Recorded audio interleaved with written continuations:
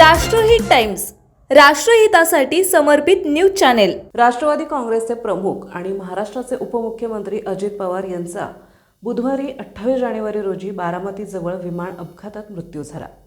4 सभांसाठी मुंबईहून बारामतीत निघालेल्या या विमानात अजित पवारांसह आणखी 4 जणांचा समावेश होता। दरम्यान शिवसेना ठाकरे गटाचे पक्षप्रमुख उद्धव ठाकरे हेही काल रात्री बारामतीमध्ये पोहोचले। त्यांच्यासह पत्नी रश्मी ठाकरे आणि मुलगा आदित्य ठाकरे हे देखील उपस्थित होते। बारामतीमध्ये निवासस्थानी जाऊन उद्धव ठाकरे यांनी दादांचे अंतिम दर्शन घेतले। सुनेत्रा पवार आणि दादांच्या कुटुंबियाची भेट घेऊन उद्धव ठाकरे, रश्मी ठाकरे आणि आदित्य ठाकरे यांनी त्यांचं सांत्वन केलं। यावेळी वातावरण अगदी सुन्न होतं। पवार कुटुंबियांचे भरलेले डोळे हुंदके पाहून सर्वच गहिवरले। सुनेत्रा पवारांचं सांत्वन करताना रश्मी ठाकरेही गहिवरल्या। अजित पवार यांना आज बारामतीमध्ये अखेरचा निरोप दिला जाणार आहे।